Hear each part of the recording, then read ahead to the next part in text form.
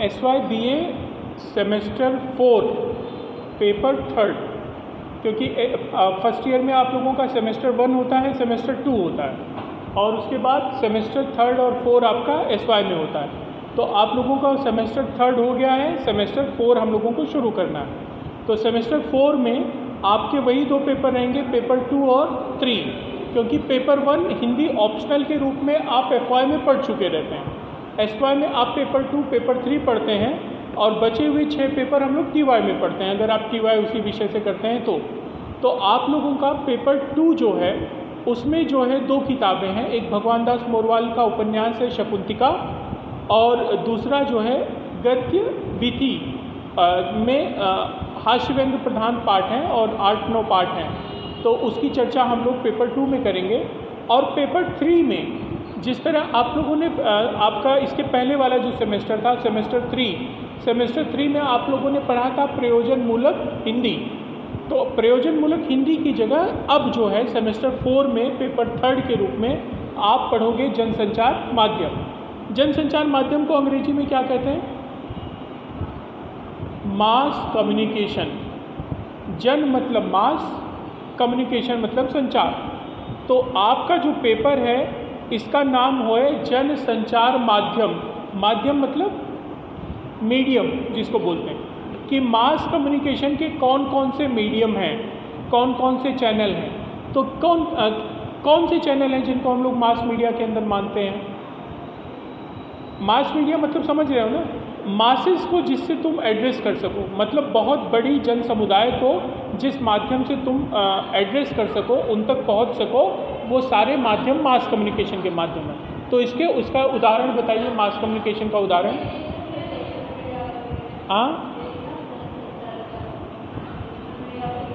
हाँ, तो वह कौन से उदाहरण? सोशल मीडिया उसका एक उदाहरण हो गया, जैसे इंटरनेट के माध्यम से, फेसबुक के माध्यम से, ट्विटर के माध्यम से, ब्लॉग के माध्यम से, व्हाट्सएप के माध्यम से आप लोगों तक पहुंचते हैं। और क्या माध्यम है?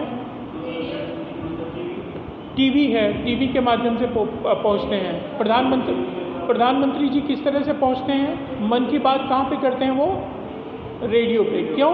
क्योंकि जहाँ टीवी नहीं है, जहाँ इंटरनेट नहीं है, वहाँ भी रेडियो है।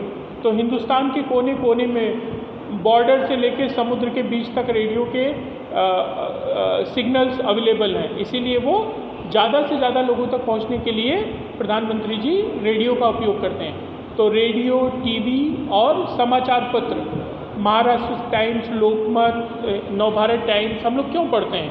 ताकि हम लोग समझ सकें चीज़ों को कि हमारे आसपास देश दुनिया में क्या हो रहा है। तो ये सब चीज़ें किसका उदाहरण है? मास कम्युनिकेशन, जनसंचार के ये सब माध्यम हैं। लेकिन जब ये सब नहीं हुआ करते थे तब कैसे होता था? तब कैसे संचार होता था? जब मोबाइल नहीं होता था तो कैसे लोग संवाद किया करते थे? हाँ, तुम लोगों ने देखा होगा फिल्मों में कि वो थाली बजाता है, सुनो सुनो सुनो, वो क्या है? वो भी एक मास कम्युनिकेशन का तरीका था।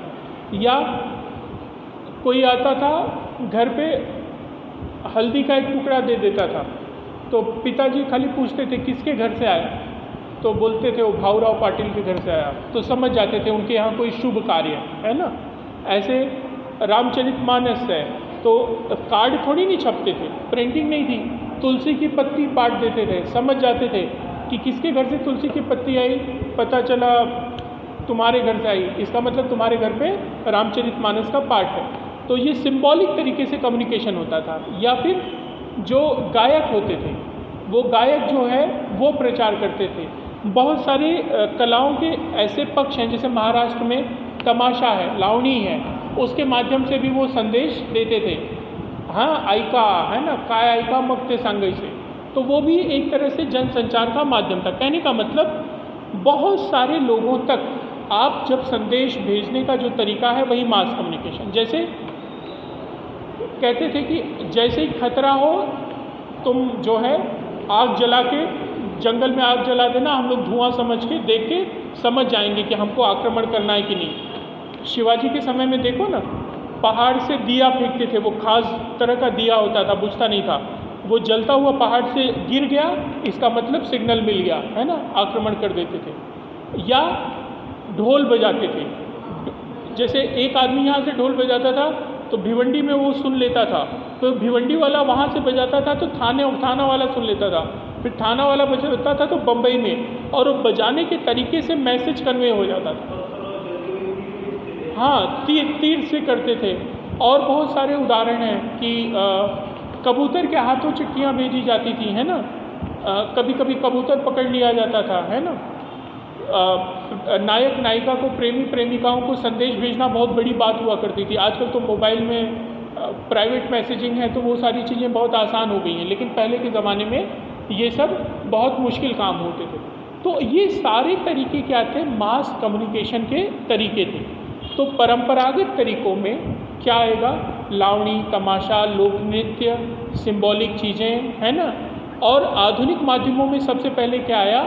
समाचार पत्र। जैसे ही प्रिंटिंग शुरू हुई सबसे पहले समाचार पत्र आए। समाचार पत्रों के बाद क्या आया? रेडियो आया। रेडियो के बाद क्या आया? टीवी आया। टीवी के बाद क्या आया? इंटरनेट आया। इंटरनेट आने के बाद सोशल मीडिया आया, और इंटरनेट ने क्रांति ला दी। फिर मोबाइल आ गया, सोशल मीडिया आ गया। आजकल संदेश भेजना बहुत आसान है। जैसे आप लोग देख रहे हो, हम लोग यहाँ क्लास में बैठे हैं, लेक्चर ले रहे हैं, लेकिन यही लाइव फॉर्म में ऑनलाइन आप लोग अपने घर में बैठ के पूरे कोरोना काल में आप लोगों ने लिया। पूरे कोरोना काल में सब कुछ बंद था, लेकिन संदेश एक दूसरे को बराबर मिल रहे थे, सूचनाएं बराबर मिल रही थी। तो किस माध्यम से मिल रहे थे? टीवी के माध्यम से, रेडियो के माध्यम से, इंटरनेट के माध्यम से।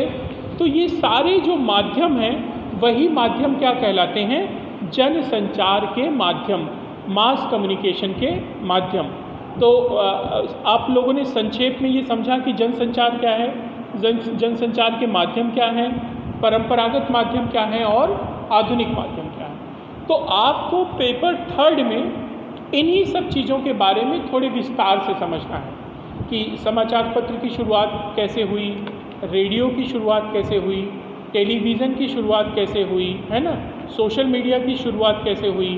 पहले किस तरह, जैसे मैंने बताया कि 2003 से पहले ब्लॉग लिखे जाते थे, लेकिन हिंदी में ब्लॉग नहीं लिखे जाते थे क्योंकि हिंदी में टाइपिंग की उस समय व्यवस्था नहीं थी। तो एक व्यक्ति थे आलोक कुमार, उन्होंने अपना हिंदी का पहला ब्लॉग बनाया, लेकिन अब हिंदी में उसका नाम नहीं दे सकते थे, तो उन्होंने उसका नाम क्या दिया मालूम है? 9211 अंकों में लिखा, 9211।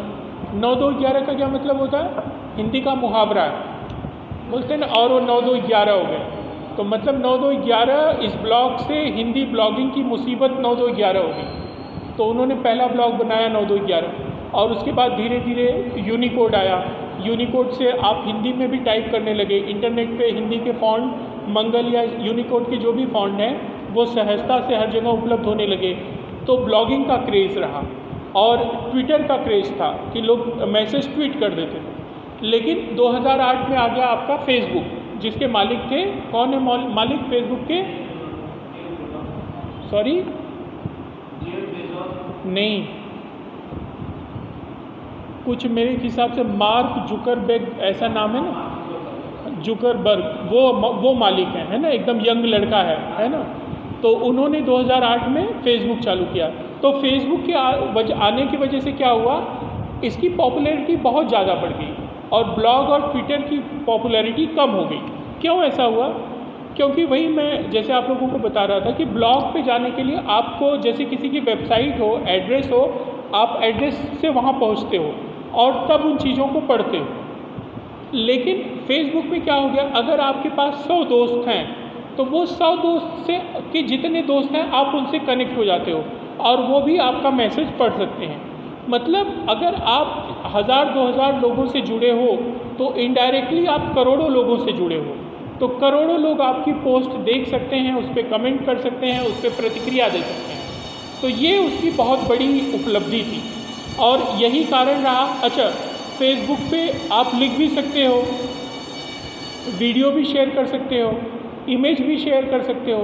तो ऐसा कुछ नहीं था जो बाकी छोड़ा हो, सब कुछ वहाँ पे आप कर सकते थे और ज़्यादा से ज़्यादा लोगों से कनेक्टेड थे। तो वो ज़्यादा से ज़्यादा लोगों में बहुत तेज़ी से वो जिसको सोशल मीडिया की भाषा में कहते हैं वायरल होना, चीज़ें ज़्यादा आसानी से वायरल हो सकती थी।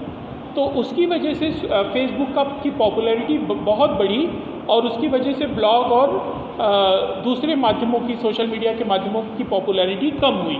तो फेसबुक ने क्रांतिकारी कदम 2008 में आने के बाद से हम लोग आज तक देख रहे हैं कि कोई भी चीज़ होती है तो हम लोग पहले कोशिश करते हैं कि उसको फेसबुक पे शेयर कर लें, यूट्यूब पे शेयर कर लें, है ना, इंस्टाग्राम पे शेयर कर लें, व्हाट्सएप पे शेयर कर लें। तो ये तमाम जो सोशल मीडिया के माध्यम हैं, इनका कारण मोबाइल और इंटरनेट है, जिनके माध्यम से ये नए आधुनिक जनसंचार माध्यमों के रूप में उभरे। और जो पुराने माध्यम थे, टीवी, रेडियो, ये उनकी पॉपुलैरिटी थोड़ी कम हुई। अब रेडियो सुनते हो क्या? नहीं सुनते, या बहुत कम सुनते हैं, या टीवी बहुत कम देखते हैं। जो सीरियल है या मैच है, लाइव है, आप मोबाइल पे ही। अब आपको चिंता नहीं होता कि कॉलेज जाऊँ कि ना, आज इंडिया पाकिस्तान का मैच है, तो तुमको लगता है की नहीं, पप्पा ओरडतील मी मोबाईलवर कॅन्टीनमध्ये बसून बघून घेणार, है ना। यहाँ मैंने लेक्चर का लिंक दिया, तुमने एक्सेप्ट कर लिया और ऑडियो वीडियो बंद करके तुम इंडिया पाकिस्तान का मैच देख रहे हो, और ऑफिशियली तुम जो है लेक्चर में भी हो। तो ये कमाल किसकी वजह से हो पाया? Social media. तो सोशल मीडिया ने बहुत बड़ी क्रांति लाई, और उसके बहुत सारे सकारात्मक और नकारात्मक पक्ष हैं, जिसकी चर्चा हम लोग विस्तार से, जब ये कल से हम लोग एक एक इकाई पढ़ना शुरू करेंगे, शुरू से, तो हम लोग करेंगे। तो आज मेरा उद्देश्य खाली इतना था कि आप लोगों को मैं बता दूं कि आपका पेपर 3rd सेमेस्टर 4 क्या है और उसमें क्या आपको पढ़ना है। तो इतना तो समझ में आया आपको, जनसंचार माध्यम है और उसमें आपको क्या पढ़ना है, ठीक है। तो कल से हम लोग जनसंचार माध्यम, अर्थ, परिभाषा और स्वरूप, ये पहली इकाई शुरू करेंगे, और इसी क्लासरूम में लेक्चर रहेगा, और आपका जो टाइम टेबल में टाइम है, उसी टाइम पे आप लोग इसी क्लासरूम में आ जाइएगा, ठीक है।